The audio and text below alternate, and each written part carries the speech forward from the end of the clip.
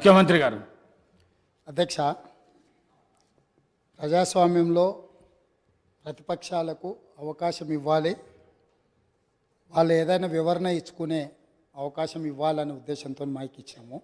Mic ఇవ్వండి అని మిమ్మల్ని రిక్వెస్ట్ చేసినా మీరు వారికి ఇచ్చిండ్రు, పెద్ద మనసు చేసుకొని. దాని ద్వారా ప్రజలకు ఏమైనా ఉపయోగపడేది కానీ నేను మాట్లాడిన అంశాలలో ఏమైనా తప్పులు ఉంటే వాటిని ప్రస్తావించుంటే డెఫినెట్గా అవకాశాన్ని వారు సద్వినియోగం చేసుకున్నాడు. కానీ వారు ఏం మాట్లాడుతారు, మళ్ళీ అక్కసు వెళ్ళగక్కుతున్నాడు. ఎందుకనంటే అక్కడేదో మేనేజ్మెంట్ కోటాలో నేను కూర్చుందాం అనుకుంటే ప్రజల నుంచి వచ్చిన ఆయన కూర్చున్నాడు కాబట్టి నేను చూసి ఓర్వలేకపోతున్నా అని కుళ్ళుగా అనిపిస్తుంది తప్ప దాంట్లో ఏమైనా ఉందా అధ్యక్ష? సరే, ఏదేమైనా అధ్యక్ష, గత ప్రభుత్వము ఎంత గొప్పలు చెప్పుకున్నా కొన్ని వాస్తవాలను ప్రజలు కూడా గమనిస్తున్నారు. మీ ద్వారా వాళ్ళు ఆ సమయంలో మరి గుర్తుందో లేదో ఇప్పుడు గుర్తు చేయదలుచుకున్న అధ్యక్ష, 10వ తరగతి ప్రశ్నాపత్రాలు వాట్సాప్లలో తిరుగుతూ 10వ తరగతి పరీక్షలే నిర్వహించలేని అసమర్థ ప్రభుత్వం ఆనాడు ఉండే.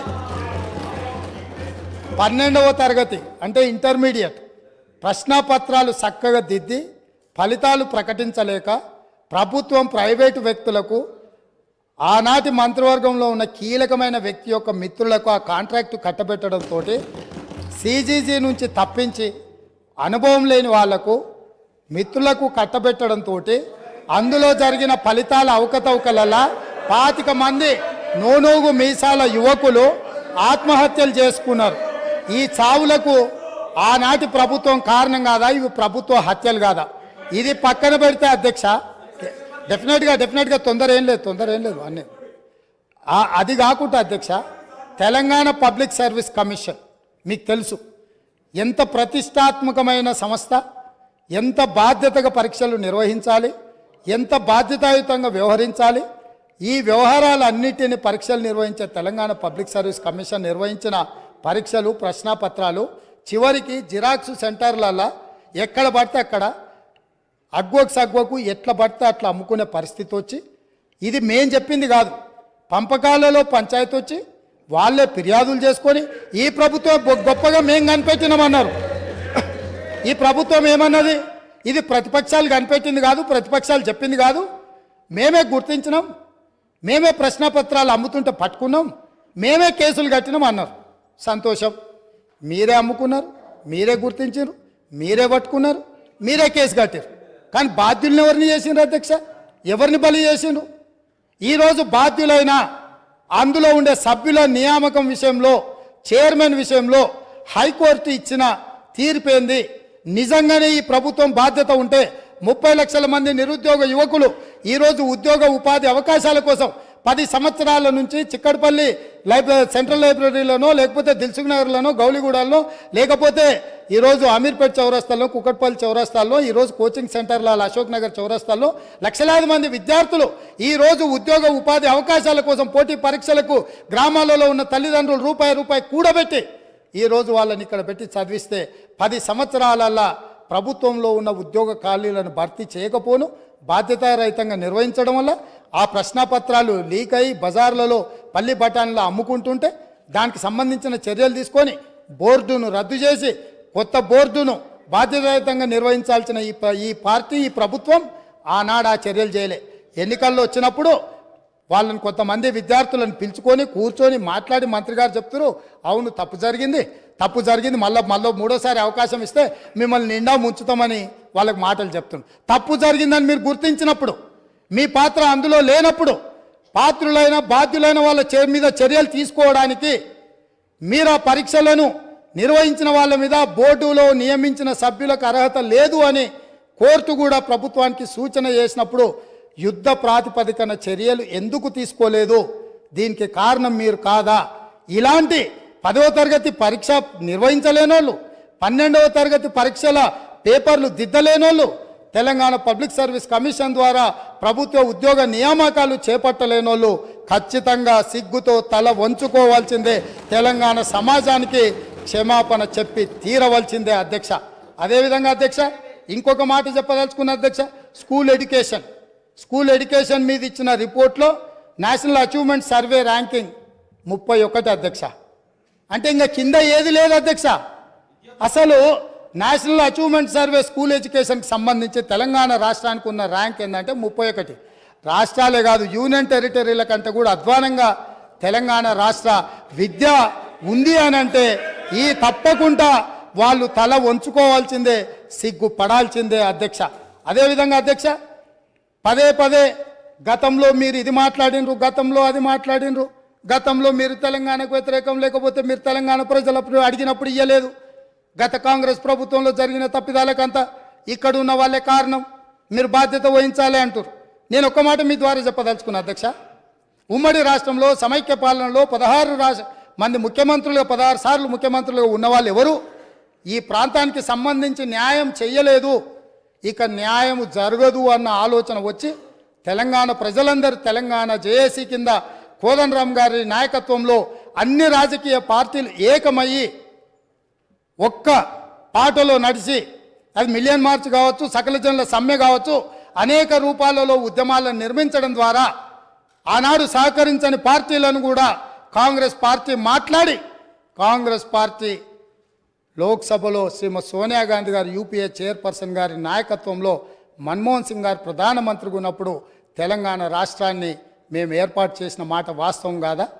ఈ తెలంగాణ రాష్ట్రం ఉక్కు సంకల్పంతో ఆనాడు 2004 సంవత్సరంలో శ్రీమతి సోనియా గాంధీ గారు కరీంనగర్ గడ్డ మీద నుంచి ఈ ప్రాంత ప్రజలకు ఇచ్చిన మాట నిలబెట్టుకోవడానికి మాట తప్పని మడమ తిప్పని నాయకురాలుగా తెలంగాణకు ఆనాడు ఇచ్చిన గ్యారంటీని ఎన్ని కష్టాలు, ఎన్ని నష్టాలు, ఎన్ని ఇబ్బందులు ఎదుర్కొన్న 4 కోట్ల తెలంగాణ ప్రజలకు తెలంగాణ రాష్ట్రాన్ని ఇచ్చి మాట నిలబెట్టుకున్న నాయకురాలు సోనియా గాంధీ గారు.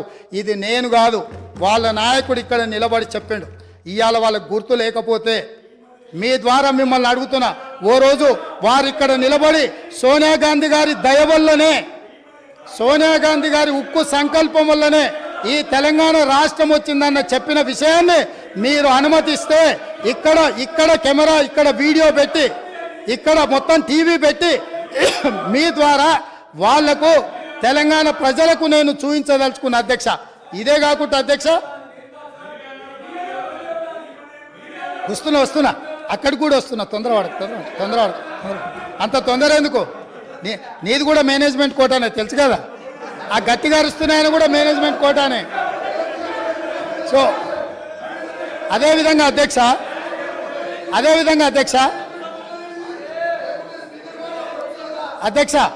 అదేవిధంగా 18 జూలై అధ్యక్ష బాగినాలే ప్రతిపక్ష నాయకులు 18 జూలై 1996 ఒక చర్చ సందర్భంగా, ఈ చర్చ 610 జీవో మీద తెలంగాణ సమస్యల మీద చర్చ జరిగినప్పుడు ఒక గొప్ప నాయకుడు, చాలా గొప్ప నాయకుడు అని చెప్పుకునేవాళ్ళు ఏం మాట్లాడినరో నేను చెప్పదలుచుకున్నా అధ్యక్ష. ఇది అసెంబ్లీ రికార్డులలో ఉంటాయి, కావాలంటే వాళ్ళు కూడా చూసుకోవచ్చు, లేదంటే కాపీ నేను మీకు పంపిస్తాను, మీ ద్వారా వాళ్ళకి ఇవ్వచ్చు. ఉద్యోగులకు సంబంధించి 6 సూత్రాల పథకం, జోనల్ సిస్టమ్ వంటివి దెబ్బతిన్నాయి. సర్ప్లస్ స్టాఫ్ను రాష్ట్రంలో ఏ మూలనైనా వాడుకునేలా వీలు ఉండాలి, కానీ ఆ విధానం లేదు. మనం విధించుకున్న ఆటంకం 6 సూత్రాల జోనల్ విధానం. సిబ్బందిని వినియోగించుకోలేక, పని లేకపోయినా కోట్ల లక్షల రూపాయలు నిరర్థకంగా పెట్టుకొని ఖర్చు చేస్తూ వృధా చేస్తున్నాం. ఈ విధానంలో మార్పులు చేయాలి, డైనమిక్గా మూవ్ కావాలి. ఆయా ప్రాంతాల ప్రజాప్రతినిధులతోనూ ఉద్యోగ సంఘాలతోనూ సంప్రదింపులు జరిపి జోనల్ విధానాన్ని తొలగించడానికి ప్రయత్నం చేయాలి. ఆనాడు 69 తెలంగాణ ఉద్యమంలో ఎంతోమంది అమరులై కేంద్ర ప్రభుత్వంతో కొట్లాడి నిటారుగా నిలబడి సాధించుకున్న జోనల్ విధానాన్ని, జోనల్ విధానం ద్వారా ఉద్యోగ ఉపాధి అవకాశాలలో తెలంగాణ వాటాను, కోటాను నిర్ణయం చేసి జోనల్ విధానం తీసుకొస్తే ఈ 18 జూలై 1990 నాడు ఆనాడు మంత్రిగా ఉన్న శ్రీ గౌరవనీయులైన కల్వకుంట్ల చంద్రశేఖరరావు గారి ప్రసంగంలోని పాఠం ఇది. వారికి తెలంగాణ ప్రజల పట్ల, తెలంగాణ విధానాల పట్ల ఉన్న నిబద్ధత. ఈరోజు వాళ్ళు ఇక్కడ వచ్చి వారి వారసులం మేము, మా అంత ప్రబుద్ధులే లేరు, మా అంత గొప్ప ఉద్యమకారులే లేరు, తెలంగాణ అంటే మేమంటే తెలంగాణ అని గొప్పలు చెప్పుకునే వాళ్ళు ఇదే సభలో ఇక్కడే నిలబడి కల్వకుంట్ల చంద్రశేఖరరావు గారు మాట్లాడిన ప్రసంగం ఇది. ఇట్లా మాట్లాడినందుకు వారి తరఫున ఇక్కడ మాట్లాడిన వాళ్ళు మొదట తెలంగాణ ప్రజలకు క్షమాపణ చెప్పి జోనల్ విధానాన్ని 6 సూత్రాల విధానాన్ని వ్యతిరేకించినందుకు తెలంగాణ ప్రజలకు క్షమాపణ చెప్పి మాట్లాడితే బాగుంటుంది. చరిత్ర వెనకెళ్ళి తవ్వడం మొదలు పెడితే ఆ సమాధులల్లో మీరు కూరుకుపోతారు, మళ్ళీ బయటికి కూడా రారు. కాబట్టి పదే పదే గతాన్ని తవ్వడం ఎత్తిపోయడం అంటూ మొదలు పెడితే ఈ పక్క నుంచి మేము ఎత్తిపోయడం మొదలు పెడితే మీరు తట్టుకోలేరు. అందుకే 2 జూను 2014 నుంచి తెలంగాణ రాష్ట్రం ఏర్పడ్డ తర్వాత జరిగిన పరిణామాల మీద మొదటి 9.5 సంవత్సరాలు మీరు పరిపాలన అందించారు. రాబోయే 10 సంవత్సరాలు మేము పరిపాలన అందించబోతున్నాం. ఇందులో సహేతుకమైన సూచనల్ని సలహాలని మీరు ఇవ్వడానికి ముందుకు రావాలి అని చెప్పి నేను వారికి గుర్తు చేస్తున్నా అధ్యక్ష. అదేవిధంగా అధ్యక్ష, ఈరోజు ఈ తెలంగాణ రాష్ట్రంలో మనం నిర్ధారించుకున్న విధానాలు అత్యంత క్లిష్టమైనవి, బాధ్యతాయుతమైనవి. ఈ 6 గ్యారంటీలు మేమే గుర్తు చేసుకున్నామని కాదు, ఈరోజు వారు కూడా బైబుల్ లాగానో గీత లాగానో ఖురాన్ లాగానో పవిత్రంగా చేతిలో పట్టుకొని తిరగవలసిందే. ఈ 6 గ్యారంటీల నుంచి ఎవరు తప్పించుకోలేరు. ప్రతిరోజు శ్రీరామ జపం చదివినట్టు, లేకపోతే ఖురాన్ పఠించినట్టు, బైబిల్ని చదివినట్టు ప్రతిరోజు మేము ఇచ్చిన 6 గ్యారంటీలను వాళ్ళ చేత ఈ సభలో వెల్లువేయించే బాధ్యత నాది అధ్యక్ష. ప్రతిరోజు వాళ్ళతో మాట్లాడిపిస్తా. ఎందుకు అనంటే వాళ్లకు కూడా పథకాలలో ఉన్న గొప్పతనం అర్థం కావాలి, అర్థం చెయ్యాలి. అందుకే మీరు మిమ్మల్ని విజ్ఞప్తి చేస్తున్నా, రిక్వెస్ట్ చేస్తున్నా, వాళ్లకు అవసరమైనప్పుడు మైక్ ఇచ్చి వాళ్ళని ఎప్పటికప్పుడు మాట్లాడించాల్సిందిగా నేను కోరుకుంటున్నాను అధ్యక్ష. అదే విధంగా అధ్యక్ష, గవర్నర్ ప్రసంగము కాంగ్రెస్ పార్టీ మేనిఫెస్టో లాగానే ఉందని మరి పెద్దలు చాలా అనుభవజ్ఞులు కడియం శ్రీహరి గారు, వారి పట్ల నాకు గౌరవం ఉంది. ఎప్పుడైనా మీరు ఇంతకాలము మంత్రిగా ఉప ముఖ్యమంత్రిగా పనిచేసినారు, ఏ గవర్నర్ గారి ప్రసంగమైనా మా ప్రభుత్వం యొక్క ప్రణాళిక, మా విధి విధానాలు, మా భవిష్యత్తు ఏదైతే ప్రణాళిక ఉన్నదో ఆ భవిష్యత్తు ప్రణాళికలనే మేము క్యాబినెట్లో చర్చించి మేము భవిష్యత్తులో ప్రజలకి ఏ విధంగా మేము మేలు చేయబోతున్నామో, ఈ ప్రజల బాగు కోసం, అభ్యున్నతి కోసం మేము చేపట్టబోయే చర్యలు ఏమున్నాయో గవర్నర్ ద్వారా మేము ప్రజలకు వివరించదలుచుకున్నాం. గవర్నర్ ప్రసంగం అంటే క్యాబినెట్ ఆమోదం పొందిన ప్రసంగం. కాబట్టి గవర్నర్ గారి ప్రసంగం బల్లగుద్ది చెప్తున్న మా కాంగ్రెస్ పార్టీ మేనిఫెస్టోనే గవర్నర్ గారి ప్రసంగంలో పెట్టినాం. అది మా బాధ్యత. అది అల్లా తప్పగా తయారు చేసింది కాదు, నిబద్ధతతోని నిక్కచ్చితంగా మేమందరం కూర్చొని, ఎవరో ఒక్కరు ఎక్కడనో కూర్చొని ఏదో రాసి ఏదో ఇచ్చి ఏదో చదివించే విధానం కాంగ్రెస్లో లేదు. సమిష్టి నాయకత్వం, సమిష్టి నిర్ణయాలు, సమిష్టిగా పరిపాలన జరుగుతుంది, సామాజిక న్యాయం జరుగుతుంది. అందుకే కాంగ్రెస్ పార్టీ స్పష్టంగా చెప్పింది, 6 గ్యారంటీలతో పాటు 7వ గ్యారంటీ ఇస్తున్నాం. ప్రజాస్వామ్యాన్ని ప్రజలకు అందిస్తాము, ప్రజలకు స్వేచ్ఛనిస్తాం, ప్రజలకు సామాజిక న్యాయాన్ని అందిస్తాం, సమానమైన అభివృద్ధిని తీసుకొస్తామని చెప్పి ప్రజలకు మేము మాట ఇచ్చినాం. 2004 నుంచి 2014 వరకు తీసుకొచ్చిన సంక్షేమ పథకాలు, అభివృద్ధి పథకాలు ఈరోజు హైదరాబాద్ నగరంలో ఉన్నాయంటే ఔటర్ రింగ్ రోడ్ వాళ్ళు కట్టిరా అధ్యక్ష, అంతర్జాతీయ ఎయిర్పోర్ట్ వాళ్ళు కట్టినరా, మెట్రో రైలు వాళ్ళు కట్టినరా, హైదరాబాద్కి కృష్ణానది జలాలు వాళ్ళు తీసుకొచ్చిండ్రా, హైదరాబాద్కి గోదావరి జలాలు వాళ్ళు తీసుకొచ్చిరా, హైదరాబాద్లో ఈరోజు తీగల వంతెన మీద ఫోటోలు దిగుతున్న వాళ్ళు ఆనాడు కాంగ్రెస్ పార్టీ అధికారంలో ఉన్నప్పుడు చేసిన ప్రణాళికనే అన్న సంగతి అప్పుడే మర్చిపోయినరా. ఇవాళ మీరు నెత్తి మీద నీళ్లు చల్లుకున్నంత మాత్రాన గోదావరి తాగునీటి జలాలకు ప్రణాళిక పెట్టింది ఎవరు, ప్రారంభించింది ఎవరు, పనులు ముందుకు తీసుకొచ్చింది ఎవరు అధ్యక్ష? ప్రాణహిత చేవెళ్ల ప్రాజెక్టును ఆనాడు దేవేందర్ గౌడ్ గారు పాదయాత్ర చేసి తెలంగాణ ప్రజలకు ప్రాణహిత చేవెళ్ల ప్రాజెక్టు కావాలి అని అంటే ఒక తెలంగాణ బిడ్డగా దేవేందర్ గౌడ్ గారు కాంగ్రెస్ పార్టీ కాకపోయినా ఆనాటి కాంగ్రెస్ పార్టీ ఈ ప్రాజెక్టు ద్వారా 14 లక్షల ఎకరాలకు 38,400 కోట్ల రూపాయలతోటి నీళ్లు ఇవ్వాలని ఉక్కు సంకల్పంతో డాక్టర్ బాబాసాహెబ్ అంబేద్కర్ ప్రాణహిత చేవెళ్ల ప్రాజెక్టును ప్రారంభించారు. పెద్దలు వెంకటస్వామి గారి సూచనతోని ఆ పేరును పెట్టినరు. పనులు ప్రారంభించి చేవెళ్లలో అర్ధాంతరంగా ఆగిపోయిన పనులకు ఎవరు బాధ్యత తీసుకుంటారని నేను అడుగుతున్నా అధ్యక్ష. ఆనాడు కాంగ్రెస్ పార్టీలో ఉన్న నాయకులు చిన్నారెడ్డి గారు లాంటి వాళ్ళు మాట్లాడడం వల్ల పాలమూరు ప్రాంతానికి, రంగారెడ్డి ప్రాంతానికి సాగునీటి ప్రాజెక్టు నిర్మించాలి, సాగునీరు తాగునీరు ఇవ్వాలి అని పాలమూరు రంగారెడ్డి ఎత్తిపోతల ప్రాజెక్టుకు 2013లోనే మంజూరు ఇచ్చి పన్నులను సర్వేలు చేయమని ఆదేశాలు ఇచ్చి దానికి పునాది రాయి వేసింది కూడా కాంగ్రెస్ పార్టీ కాదా అని నేను అడుగుతున్నా. ఉమ్మడి రాష్ట్రంలో చివరి జీవో నెంబర్ 69 నారాయణపేట కొడంగల్ ఎత్తిపోతల పథకానికి 8.5 టీఎంసీలతో 1500 కోట్ల రూపాయలతో 1,07,000 ఎకరాలకు సాగునీరు తాగునీరు ఆ ప్రాంతానికి అందించాలని ప్రాజెక్టు ఆమోదిస్తే నికర జలాల కేటాయింపుతోనే ఆనాడు గవర్నర్ గారు జీవో ఇస్తే ఆ జీవోను ఈనాటి వరకు తుంగలు తొక్కిపెట్టి నారాయణపేట కొడంగల్ ప్రాంతాన్ని ఎడారిగా మార్చింది వాళ్ళు కాదా? ఈ వివక్ష వీళ్ళు చేసింది కాదా అని నేను అడుగుతున్నా అధ్యక్ష. ఇదేనా ఈ తెలంగాణ రాష్ట్రంలో తెలంగాణ వాడు ముఖ్యమంత్రిగా ఉండి తెలంగాణ ప్రాంతాన్ని పరిపాలిస్తున్నాడు అన్నప్పుడు ఎందుకు మా ప్రాంతాలు వివక్షకు గురైనాయి? మా ప్రాంతాలు ఈ రోజుకి వలసల ప్రాంతంగా ఎందుకు ఉన్నది? ఈ వలసలకు ఈ చావులకు వీళ్ళు కారణం కాదా అని నేను అడుగుతున్నా అధ్యక్ష.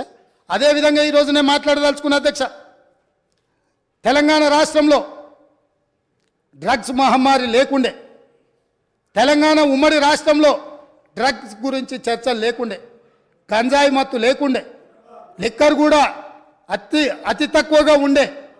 కానీ ఇవాళ ఏ పేపర్ చూసినా ఏ టీవీ చూసినా గంజాయి మత్తులో దాడులు జరుగుతున్నాయని, సింగరేణి కాలనీలో 6 సంవత్సరాల పసిగూనను గంజాయి మత్తులో రేపు మర్డర్ చేస్తే ఈ ప్రభుత్వం అచేతనంగా ఉండిపోయింది.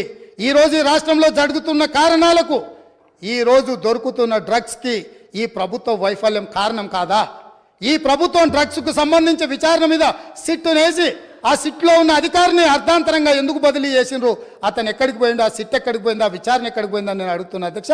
ఈ ప్రభుత్వం యొక్క వైఫల్యాన్ని కప్పిపుచ్చుకోవడానికి విచారణలో లోపాలను దాచిపెట్టడానికి చేస్తున్న ప్రయత్నంలో నేనే స్వయంగా ఆనాడు 2017లో తెలంగాణ రాష్ట్ర ఉమ్మడి హైకోర్టులో పబ్లిక్ ఇంట్రెస్ట్ లిటిగేషన్ వేసి ఈ విచారణ మీద ఎన్ఫోర్స్మెంట్ డైరెక్టరేటు, డిఆర్ఐ, ఈ నార్కోటిక్స్ డిపార్ట్మెంట్ అన్నిటిని కూడా ఒక సిట్ను ఏర్పాటు చేయాలని హైకోర్టులో కేసు వేస్తే 2021 వరకు నేను కొట్లాడితే తెలంగాణ రాష్ట్ర హైకోర్టు ఈడీకి మొత్తం సమాచారాన్ని చేసిన విచారణను బదిలీ చేయమని హైకోర్టు ఆదేశాలు ఇచ్చిన ఈ రాష్ట్ర ప్రభుత్వం వివరాలన్నీ దాచిపెట్టింది అధ్యక్ష. ఆనాడు డ్రగ్స్లో ఏవైతే టెలిఫోన్లు కానీ కంప్యూటర్స్ కానీ ల్యాప్టాప్లు కానీ ఇతర సీజ్ చేసిన ఎక్విప్మెంట్, ఎలక్ట్రానిక్ ఎక్విప్మెంట్ని ఏది కూడా ఈరోజు వాళ్ళు ఫోరెన్సిక్ ల్యాబ్కు పంపించలేదు. వాటి మీద సరైన విచారణ జరగలేదు. ఆ వివరాలన్నీ కూడా ఈడీ అడిగితే ఇవ్వకపోతే ఈడీ డిపార్ట్మెంట్ తెలంగాణ ప్రభుత్వం మీద contempt of court case file చేసింది అధ్యక్ష. నేను అడుగుతున్న అధ్యక్ష మీ ద్వారా ప్రతిపక్షాన్ని, ఈ రాష్ట్రాన్ని పంజాబ్ రాష్ట్రాన్ని మీరు చూసిండ్రు. పంజాబ్ రాష్ట్రాన్ని ఈరోజు డ్రగ్స్ మహమ్మారి పట్టి పీడించడంతో ఈరోజు గ్రామాలలో పేద మహిళలు, ధనవంతులు శ్రీమంతులు కాదు, పేదలు భార్య తల్లి కూలికి పోయి సంపాదించిన డబ్బులో భర్తలను సోదరులను ఇవాళ డ్రగ్స్కి అలవాటు పడి బాధపడుతుంటే వాళ్ళకు అందులో సంపాదించిన కొంత డబ్బు పెట్టి డ్రగ్స్ కొని ఇచ్చే పరిస్థితి వచ్చింది. ఈ పరిస్థితి పంజాబ్ రాష్ట్రాన్ని నిర్వీర్యం చేసింది అధ్యక్ష. పంజాబ్లో యంగ్ విడోస్ చిన్న వయసులోనే మహిళలు వితంతువులుగా మారుతుంటే డ్రగ్స్ బారిన పడి ఈరోజు చావులను మనం కల్లారా చూస్తుంటే, రాష్ట్రమే నిర్వీర్యం అయిపోతుంటే, యువత డ్రగ్స్ బారిలో పడి చచ్చిపోతుంటే తెలంగాణ రాష్ట్రంలో పూర్తిగా కూకటి వేళ్లతో పెకిలించి వేయాల్సిన ఈ డ్రగ్స్ మహమ్మారి విషయంలో ఎందుకు విచారణలో ఈ ప్రభుత్వం ఆనాడు జాప్యం వహించింది? ఎందుకు నిర్లక్ష్యం వహించింది? ఎందుకు దీని మీద చర్యలు తీసుకోవడానికి నార్కోటిక్ డిపార్ట్మెంట్కు, డిఆర్ఐ డిపార్ట్మెంట్కు, ఈడీ డిపార్ట్మెంట్కు ఎందుకు సంపూర్ణమైన సమాచారాన్ని ఇవ్వలేదని నేను అడుగుతున్నా అధ్యక్ష. ఈరోజు నేను టీఎస్ న్యాబ్లో ఒక అడిషనల్ డీజీ క్యాడర్ ఆఫీసర్ని పెట్టి ఎంపవర్ చేసి ఇవాళ ఈ రాష్ట్రంలో డ్రగ్స్ అనే పదం వినిపించొద్దు, ఈ రాష్ట్ర సరిహద్దులు ఎవడు గంజాయితో రావద్దు, ఎవడు వచ్చినా ఎంత పెద్దవాడైనా ఎంత గొప్పవాడైనా వాళ్ళ వెనకాల ఎవరు ఉన్నా ఊచలు లెక్క పెట్టాల్సిందే, లెక్క పెట్టియాల్సిందే అని ఈరోజు నా ప్రభుత్వం మా మంత్రివర్గ సహచరులు తీసుకున్న నిర్ణయాన్ని ఈ ప్రతిపక్షాలు అభినందించాల్సిన అవసరం లేదు అధ్యక్ష. మిగతా విషయాలలో భిన్నాభిప్రాయాలు ఉండొచ్చు, భేదాభిప్రాయాలు ఉండొచ్చు, కానీ డ్రగ్స్ మహమ్మారిని నిషేధించడానికి నిర్వీర్యమైపోతున్న యువతను, చిన్న పాఠశాలల ఆడపిల్లలు బలైపోతున్న ఈ మహమ్మారిని నిషేధించడానికి ఈ దాన్నైనా అభినందించడానికి మన ప్రభుత్వాన్ని మీరు అభినందించడానికి మీకు మనసు రాలేదా అని నేను అడుగుతున్నా అధ్యక్ష. అంటే ఈరోజు ఈ సభలో వీళ్ళందరూ మిగతా వాటిలలో వాళ్ళకి రాజకీయ కోణాలు ఉండొచ్చు. కానీ ఈ విషయంలో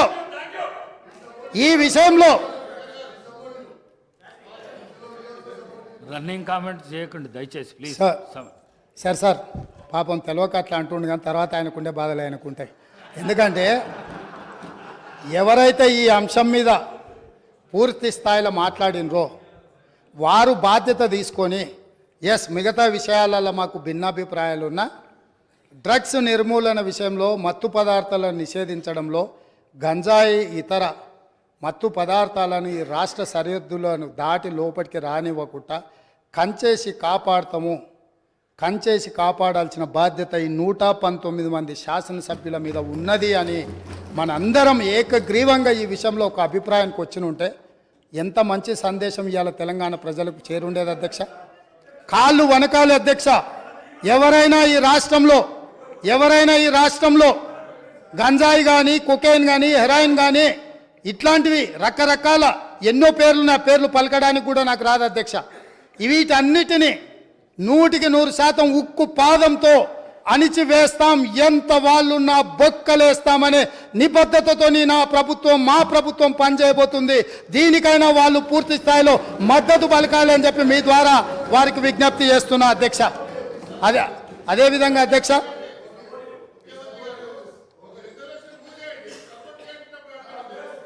ఇప్పుడు గవర్నర్ గారి ప్రసంగంలోనే ఈ అంశాన్ని స్పష్టంగా ప్రస్తావించిన వారు ఎంతసేపు మాట్లాడినరో మీరు సమయం తీయండి. మా సభ్యులు ఎంతసేపు మాట్లాడినరో టీఆర్ఎస్ సభ్యులకు ఎంతసేపు సమయం ఇచ్చినరో రెండు పోల్చి చూడండి అధ్యక్ష. ఈ విషయంలో మనకు భిన్నాభిప్రాయాలు భేదాభిప్రాయాలు ఉండాల్సిన అవసరం ఏముంది అధ్యక్ష? ఏమన్నా ఉందా అధ్యక్ష? ఇందులో నేను ఏమైనా ఎవరికైనా నష్టం జరిగే విధంగా లేకపోతే వాళ్ళ కష్టం జరిగే విధంగా ఏమన్నా ప్రభుత్వం నిర్ణయం తీసుకుంటుందా అధ్యక్ష? ఇందులో కలిసి రావడానికి ఉన్న ఇబ్బంది ఏంది అధ్యక్ష? నాకు అర్థం కాలే. అందుకే వారికి అవసరమైతే ఇప్పుడు అడగట్లేదు అధ్యక్ష మైకు. ఒకవేళ ఇప్పుడు నేను ఇంతసేపు మాట్లాడినా మైక్ అడిగిన ఉంటే మీరు మైక్ ఇచ్చుంటే వారు వారు మాట్లాడడానికి మైకు తీసుకొని ముందుకు వస్తే ఇవ్వండి అధ్యక్ష. ఇది ఒక మంచి కాజ్ కదా. ఈ ఒక్క మంచి కాజ్కి వారిని ముందుకు వచ్చడానికి మైక్ ఇవ్వండి అధ్యక్ష. గౌరవ కేటీఆర్ గారు స్పీకర్ సార్, ఆయనకు బ్రేక్ తీసుకోవాలంటే బ్రేక్ తీసుకోమన్నాడు సార్. మాకేం అభ్యంతరం లేదు. మాట్లాడి అలసిపోయినట్టున్నారు. మాకేం అభ్యంతరం లేదు. కానీ అధ్యక్ష, వారేదో కొత్తగా ఏదో చేసినట్టు డ్రగ్స్ విషయంలో అధ్యక్ష, మా ముఖ్యమంత్రి గారు, మా గౌరవ పెద్దలు, మా పార్టీ అధ్యక్షులు, ఈరోజు లీడర్ ఆఫ్ ఆపోజిషన్ కేసీఆర్ గారు, వారు పాపం మరి ఫాలో అవుతారా లేదా వార్తలు నాకు తెలియదు. కానీ సివి ఆనంద్ గారు అనే అడిషనల్ డైరెక్టర్ జనరల్ ఆఫ్ పోలీస్ని టిఎస్ న్యాబ్ అనేది ఏర్పాటు చేసిందే మా ప్రభుత్వం. Telangana state anti narcotics bureau ఏర్పాటు చేసిందే మా ప్రభుత్వం. ఏర్పాటు చేయడమే కాదు, సివి ఆనంద్ గారిని అపాయింట్ చేయడమే కాకుండా దాదాపు 9 నెలల కిందటనే ఆ కార్యాచరణ కూడా ప్రారంభించి మొత్తం అన్ని జిల్లాల ఎస్పీలు, ఇప్పుడు వారు చెప్పారు కదా ముఖ్యమంత్రి గారు, మొత్తం ఒక పూచిక పుల్ల గదులొద్దు, అసలు గంజాయి అనేది కనబడొద్దు అన్న మాట ఏదైతే వారు చెప్పినారు అధ్యక్ష. పంజాబ్ గురించి కూడా గొప్పగా చెప్పారు అధ్యక్ష. మరి పంజాబ్లో నిన్న మొన్నటి దాకా ఉన్నది కాంగ్రెస్ ప్రభుత్వమే అధ్యక్ష. వారు మర్చిపోయినట్టున్నారు. పంజాబ్ ఇవాళ మత్తులో మునిగిపోతోంది, యంగ్ విడోస్ అనేది అయితే మాట్లాడారో అక్కడ ఉన్నదంతా కాంగ్రెస్ ప్రభుత్వమే. ఉడతా పంజాబ్ అనే సినిమా వచ్చింది కూడా మీ కాంగ్రెస్ ప్రభుత్వంలో, అది కూడా తెలుసుకోండి అధ్యక్ష. భిన్నాభిప్రాయం ఉంది అన్నారు. ఎక్కడుంది అధ్యక్ష భిన్నాభిప్రాయం? అధ్యక్ష, మేము ఒకవేళ భిన్నాభిప్రాయం ఉంటే మా ప్రభుత్వం ఎందుకు పెడుతుంది అధ్యక్ష? Telangana state anti narcotics bureau ఎందుకు పెడుతుంది? ఎందుకు సివి ఆనంద్ లాంటి కాంపిటెంట్ ఆఫీసర్ని పెడుతుంది? సరే, మీరు తీసేసింది ఇలా ఆయన, అది వేరే విషయం. కానీ సివి ఆనంద్ లాంటి కాంపిటెంట్ ఆఫీసర్ ఎందుకు పెడతాం అధ్యక్ష? ఇంకో మాట అధ్యక్ష, ఇట్లాంటి విషయాలు ఇప్పుడు ఈరోజు కాదు అధ్యక్ష, ఇట్లాంటి విషయాల్లో గౌరవ ముఖ్యమంత్రి గారు ఆనాడు కేసీఆర్ గారు మరి షీ టీమ్స్ పెట్టినా, రాష్ట్ర ప్రయోజనాలకు సంబంధించి ఏ అంశం పెట్టినా, ఈరోజు డ్రగ్స్ విషయంలో మీరు మాట్లాడినా 100% కాదు అధ్యక్ష, 1000% మా పార్టీ నుంచి పూర్తి సహకారం ఉంటుంది ఈ విషయంలో. వారికి కన్ఫ్యూజన్ అవసరం లేదు. వారికి ఇంకేమైనా అనుమానాలు ఉంటే కూడా నేను చెప్తా ఉన్నా. భిన్నాభిప్రాయాలు అన్నారు. మేము అభిప్రాయం చెప్తే కదా అధ్యక్ష భిన్నాభిప్రాయం ఉండడానికి. అది మేమే చెప్పినాము. మేమే మా ప్రభుత్వం ఉన్నప్పుడే ఏర్పాటు చేసిన సంస్థ. ఇవాళ మీరు క్రెడిట్ తీసుకుంటా అనుకోవచ్చు. మాట్లాడితే మేనేజ్మెంట్ కోట అంటారు అధ్యక్ష. అధ్యక్ష, ఢిల్లీని మేనేజ్మెంట్ చేసి ముఖ్యమంత్రి పదవి తెచ్చుకున్న వ్యక్తి, ఢిల్లీని మేనేజ్ చేసి పీసీసీ పదవి తెచ్చుకున్న వ్యక్తి వాళ్ళ మేనేజ్మెంట్ కోట గురించి మాట్లాడితే అధ్యక్ష నేను అనలేదు అధ్యక్ష. ఇది కోమటిరెడ్డి వెంకటరెడ్డి గారు చెప్పినారు, పేమెంట్ కోట అని చెప్పినారు అధ్యక్ష. కాబట్టి ఆయన కూడా మాట్లాడితే బాగలేదు అధ్యక్ష, వారు సవరించుకోమనండి ముఖ్యమంత్రి గారు. అధ్యక్ష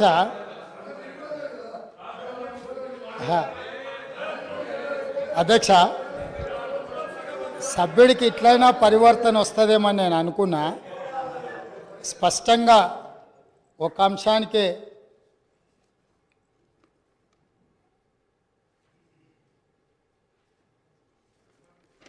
సభ్యుడు ఈ ఒక్క అంశానికే పరిమితమయ్యి స్పష్టంగా ముందుకొచ్చి ఇతర అంశాల పట్ల చర్చ జరగకుండా దీనికి మద్దతు ఇస్తారని నేను ఆశించిన. సో నన్ను నిరాశపరిచింది. మళ్ళీ సేమ్ రిటారిక్ పొలిటికల్ అలిగేషన్ చేసే ప్రయత్నం చేసిండ్రు.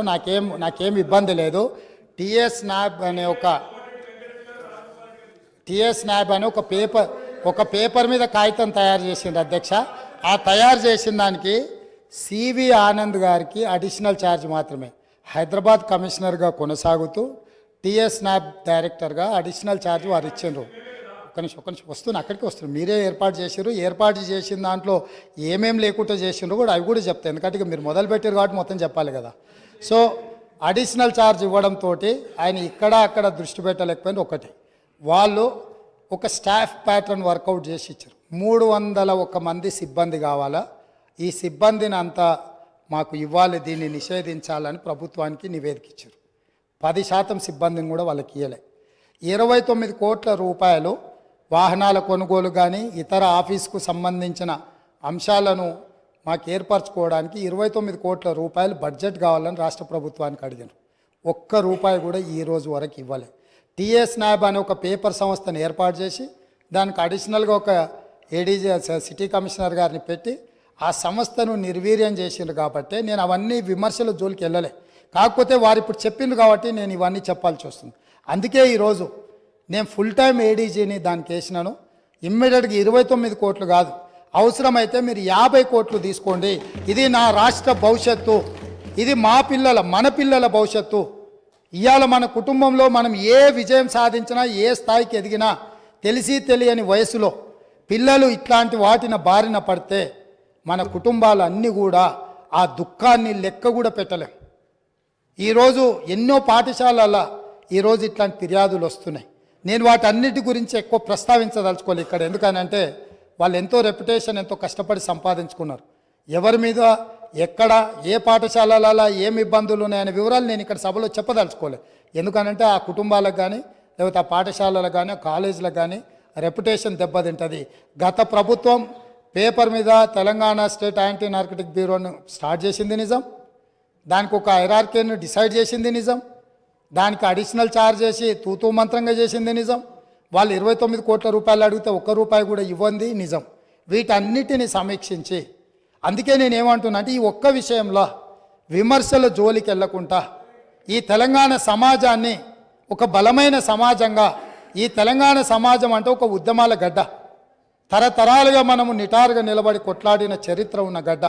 ఇవాళ ఈ గడ్డ మీద గంజాయి మొక్కలు మొలుస్తుంటే, గంజాయి వనాలు పెరుగుతుంటే ఎక్కడెక్కడోడో ఇక్కడికొచ్చి పక్క రాష్ట్రాల్లోడు పక్క దేశాల్లోడు వివిధ మాదక ద్రవ్యాలు ఇక్కడికి తీసుకొచ్చి మన పిల్లలకు నేర్పి మన పిల్లలు మన రాష్ట్ర భవిష్యత్తును నాశనం చేస్తుంటే ఇక్కడ కూడా మనం రాజకీయాలు చర్చించుకుంటూ ఉంటే సమాజం మనల్ని క్షమించదు. దయచేసి ఒక్క విషయంలో సభలో ఉన్న అన్ని పార్టీలను నేను విజ్ఞప్తి చేస్తున్నా. అది భారతీయ జనతా పార్టీ కావచ్చు, ఎంఐఎం కావచ్చు, సిపిఐ కావచ్చు, సభలో ప్రాతినిధ్యం లేని రాజకీయ పార్టీలకు కూడా నేను వేదిక మీద నుంచి విజ్ఞప్తి చేస్తున్నా. ఇది మన సమాజానికి పట్టిన చీడ పీడ. దీన్ని తొలగించడంలో, పూర్తిగా నిషేధించడంలో మీ అందరి మద్దతు ఈ రాష్ట్ర ప్రభుత్వానికి అవసరం ఉన్నది. అవసరమైన సహకారాన్ని అందించాల్సిందిగా సభాపక్ష నాయకుడిగా మీకు అందరికీ విజ్ఞప్తి చేస్తున్నా అధ్యక్ష. అదేవిధంగా అధ్యక్ష, ఇంకా చాలా రోజులు మనం చాలా విషయాలు చర్చించుకోవాలి, మాట్లాడుకోవాలి. చాలా విషయాలు ప్రస్తావించుకున్న విషయాలు ఉన్నాయి. నేను ఒక మాట మీ ద్వారా 6 గ్యారంటీల విషయంలో, ఇందిరమ్మ రాజ్యంని ఏర్పాటు చేయడంలో దళితులకు, గిరిజనులకు, బడుగు బలహీన వర్గాలకు, మైనారిటీలకు, మహిళలకు, విద్యార్థులకు, నిరుద్యోగ యువకులకు, ఉద్యమకారులకు, అమరవీరుల కుటుంబాలకు 100% ఈ ప్రభుత్వంలో న్యాయం జరుగుతుంది. ఈ ప్రభుత్వము తెలంగాణ ప్రజలకు స్వేచ్ఛనిస్తుంది. ఈ ప్రభుత్వం తెలంగాణ ప్రజలకు సామాజిక న్యాయం చేస్తుంది. మా మంత్రివర్గ కూర్పు చూస్తేనే ఈరోజు సామాజిక న్యాయం ఎట్లుంటుందో మీకు అర్థమై ఉండొచ్చు. ఈరోజు ఇందిరమ్మ ఇంట్లో ఈ రోజుకు ఉన్నా, ఇందిరమ్మ ఇంట్లో ఈరోజు మీరు ఇక్కడ నుంచి వెళ్ళి చూడొచ్చు. ఖానాపూర్ ఎమ్మెల్యే వెడమ బొజ్జు ఆనాడు ఇందిరమ్మ ఇచ్చిన ఇంట్లోనే ఉంటూ ఈరోజు ఎమ్మెల్యేగా ఈ సభలో కాలు పెట్టిండు. ఒక బలహీన వర్గాలకు సంబంధించిన బీర్ల ఐలయ్య ఈరోజు ఇందులో కాలు పెట్టిండు. ఒక ఈర్లపల్లి శంకరయ్య షాద్నగర్ నుంచి రజక కుటుంబం నుంచి వచ్చిన వాడు ఈ శాసనసభలోకి రావడం జరిగింది. ఇట్లా చెప్పుకుంటూ వెళ్తే అత్యంత పేదలు నిరుపేదల నుంచి వచ్చిన వాళ్లకు ప్రజలతో ఉన్న సంబంధాలు అనుబంధాలతోని మందుల శామ్యుల్ మీరు అణిచివేసి తెలంగాణ ఉద్యమంలో ఉండి మీతో ఉద్యమంలో మొదటి నుంచి చివరి వరకు ఉన్న మందుల శామ్యుల్ని మీరు అనాథగా వదిలేస్తే 50,000 రూపాయల నగదు లేకపోయినా 52,000 ఓట్లతోని కాంగ్రెస్ పార్టీ మల్లికార్జున ఖర్గే సోనియమ్మ గారి నాయకత్వంలో ఎమ్మెల్యేని చేసి ఈ సభలోకి మందుల శామ్యుల్ని తెలంగాణ ఉద్యమకారుణ్ణి ఈ కాంగ్రెస్ పార్టీ తీసుకొచ్చింది. అధ్యక్ష, కాంగ్రెస్ పార్టీ చిత్తశుద్ధిని ఈ దేశంలో ప్రజలు ఆలోచన చేయనప్పుడు, ఈ దేశంలో ప్రజలకు స్వతంత్రం కావాలి అని అందరికి అవగాహన లేనప్పుడే ఈ దేశ ప్రజలకు స్వేచ్ఛనివ్వాలి, స్వతంత్రం తీసుకురావాలి అని కాంగ్రెస్ పార్టీని ప్రారంభించి ఆగస్టు 15, 1947లో ఈ దేశానికి స్వతంత్రం సాధించిన పార్టీ కాంగ్రెస్ పార్టీ.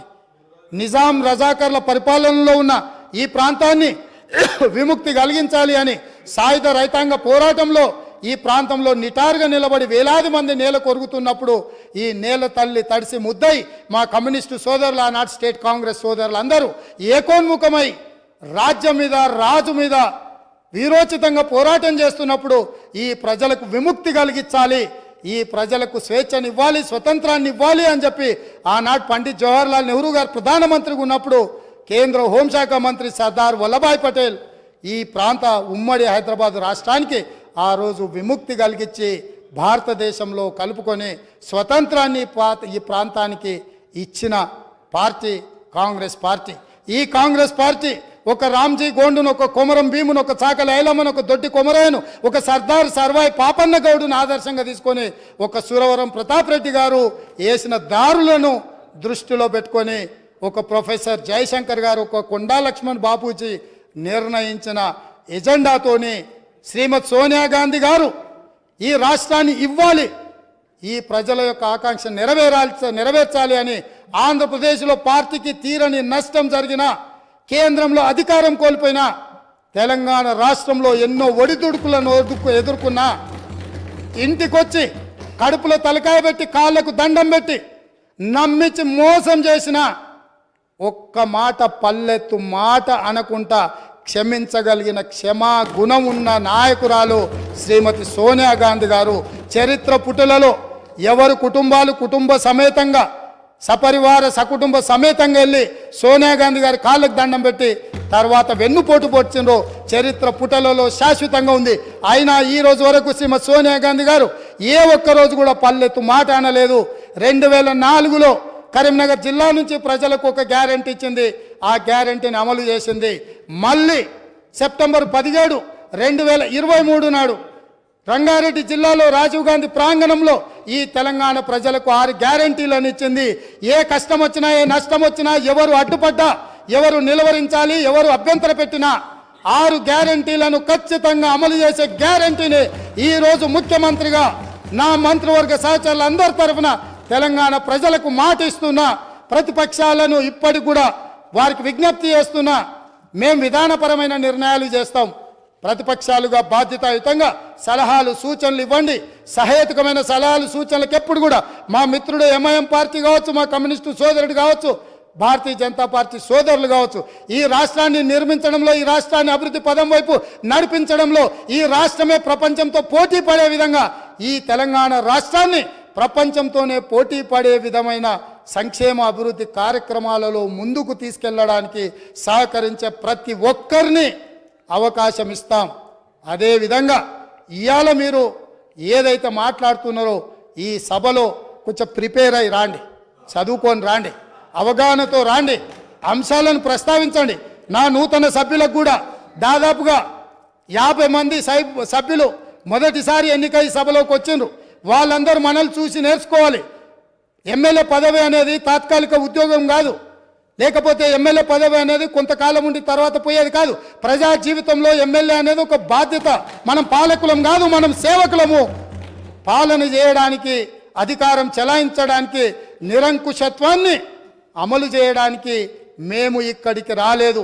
మేము పాలకులము కాదు అధ్యక్ష, మేము సేవకులము. 4 కోట్ల ప్రజలకు సేవ చేయడానికే మేము ఇక్కడికి వచ్చినాం.